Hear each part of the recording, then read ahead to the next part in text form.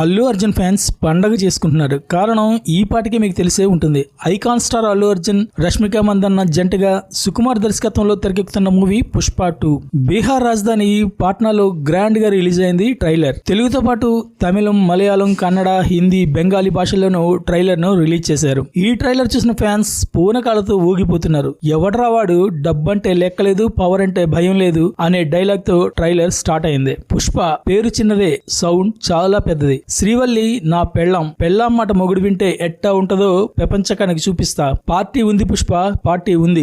నాకు రావాల్సిన పైసా అనా అయినా అర్ధనా అయినా, అది 7 కొండల మీదున్నా 7 సముద్రాలు దాటున్నా పోయి తెచ్చుకునేదే పుష్పగాడి అలవాటు. పుష్ప అంటే నేషనల్ అనుకుంటారా?